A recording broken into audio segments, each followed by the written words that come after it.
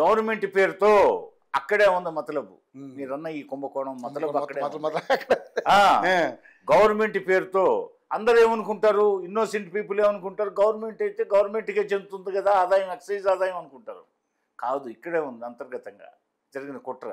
ఈ మాటలు అన్నారు డిజిటలైజేషన్ లేకుండా రొక్కం రూపంలోని.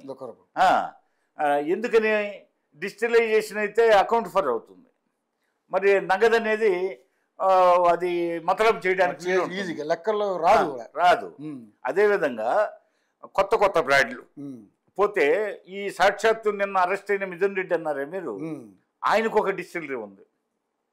5 కోట్ల రూపాయలు నేరుగా డిస్టిలరీకి ఈ షాపుల నుంచి పోయిన ఇదిని సిట్ విచారణలో పూర్తిగా రుజువైంది. ప్రధానంగా 5 కోట్ల రూపాయలు ఇది డైరెక్ట్ అకౌంట్కి పోయింది, మిగతా అన్ని హవాలా మార్గాల్లో నడిచాయి. అంటే అక్కడ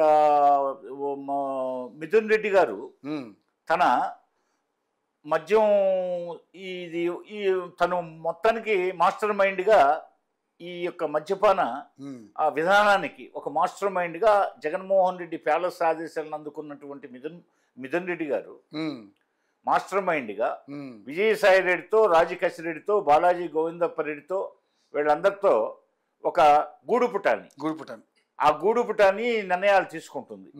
వాళ్ళలో కొంతమంది క్యాష్ సేకరించేవాడు, ఆ క్యాష్ని అందజేస్తే తీసుకుపోయి తరలించేవాడు.